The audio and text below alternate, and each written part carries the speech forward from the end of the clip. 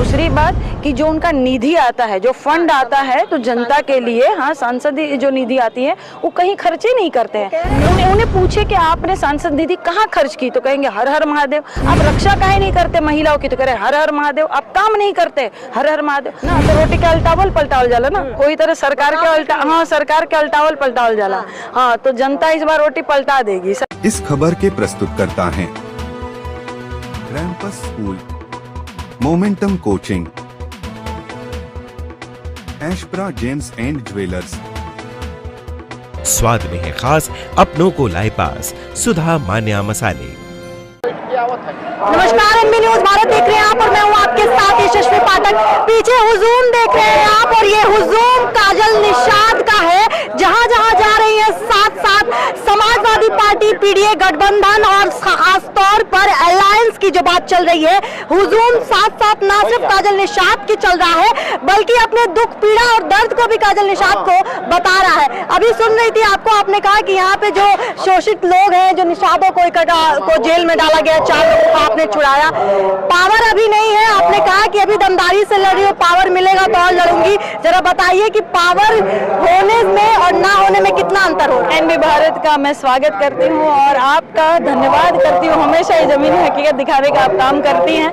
सभी दर्शक मित्रों को प्यार भरा नमस्कार एवं प्रणाम करती हूँ। मैं यही कह रही थी और मेरी जनता भी यही कह रही है कि जब अभी किसी गांव के मैं प्रधान भी नहीं हूँ, बीडीसी भी नहीं हूँ और किसी इलाके के पार्षद भी नहीं हूँ, उसके बावजूद इतनी दमदारी से जब मैं लड़ती हूँ अधिकारियों से, दरोगा से, दबंगों से, नेताओं से, तो जब पावर आ जाएगा तो कितने दमदारी से लड़ पाऊंगी, ये सोचने की बात। मैनिफेस्टो नजर आ रहा है मेरे पास समाजवादी पार्टी और गठबंधन का, लगातार लोगों के हाथों में भी है। कहा जा रहा है इसमें कुछ चीजें जो पड़ रही थी कि पेंशन, पुरानी पेंशन को, स्कीम को वापस लाया जाएगा, डेटा फ्री करेंगे, आटा, गेहूं की जगह आटा फ्री देने का काम करेंगे। कितना हकीकत में पहुंच पा रही है लोगों के?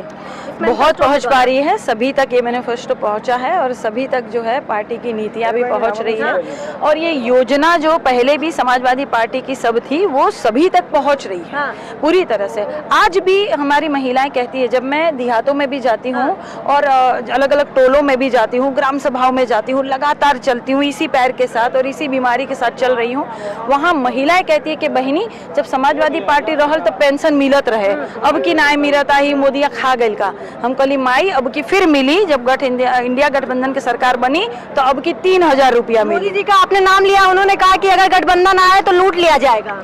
हाँ बिल्कुल, अभी तो देश को लूट ही रहे हैं। अब तो आपको कह रहे हैं, अब तो किशन भी कह रहे हैं। नहीं, अरे रवि किशन जी की बात आप कर रही हैं। अरे जिन्होंने कहा बेटी बचाओ बेटी पढ़ाओ, जो अपनी बेटी को न्याय नहीं दिला पा रहे हैं, उनको शर्म नहीं आ रही है कि उनकी जो बीवी है वो बेचारी दर दर की ठोकरें खा रही है, उनकी पत्नी, और उनको शर्म नहीं आ रही है कि वो माँ बेटी बेचारी कह रही है कि हम कोर्ट तक जाएंगे कि हमें ये हक देने के, डीएनए देने से मना कर, और उन्होंने कहा कि डीएनए टेस्ट भी हम करवाएंगे।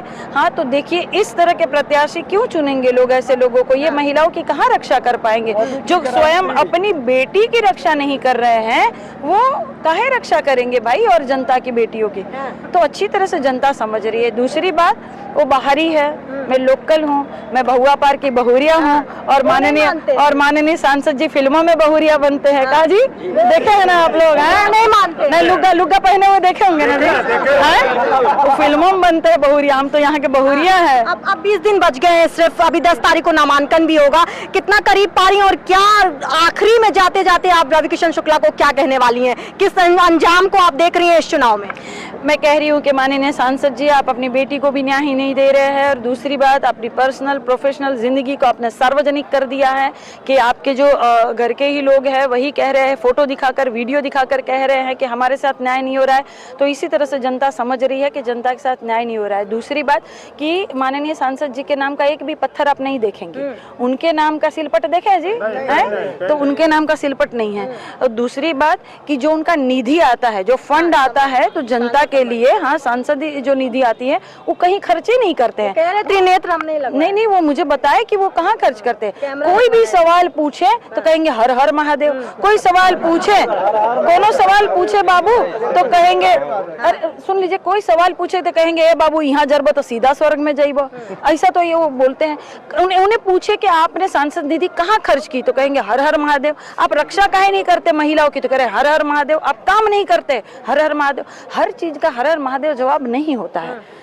जनता उनसे सवाल तो पूछेगी ना, लेकिन वो जवाब नहीं देते हैं। और दूसरी बात कि पहले भी वो प्रत्याशी बनकर आए थे और जनता ने उनको मान सम्मान प्यार आशीर्वाद देकर जिताया, उसके बावजूद वो जनता के बीच में नहीं आते हैं और दोबारा बेशर्मों की तरह प्रत्याशी बनकर अगर आ जाएंगे तो जनता क्या करेगी? जनता इस बार रोटी पलट देने वाली है।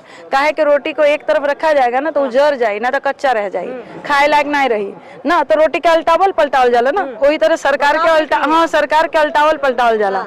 हाँ, तो जनता इस बार रोटी पलटा देगी। परिवर्तन की बात करिए काजल निषाद यहाँ पर, और हुजूम बता रहा है कि परिवर्तन में कुछ मार्जिन जो बात करते हैं हम वो नजर आ सकता है। लेकिन इसके साथ ही रविकिशन शुक्ला भी सड़कों पर है, पिपराइच पे पूरी महासभा कर रहे हैं, गोरखपुर सदर में लगातार महासभा कर रहे हैं, लोग जुड़ रहे हैं उनसे, और उसके साथ साथ गारंटी की भी बात की जा रही है। लेकिन काजल निषाद की भी अपनी गारंटी है। उन्होंने कहा निषादों को एक सम्मान देने का काम काजल निषाद करेंगी। बताएंगे सबको जब रिजल्ट आएगा कि आखिर किसने किसको कितना सम्मान दिया है।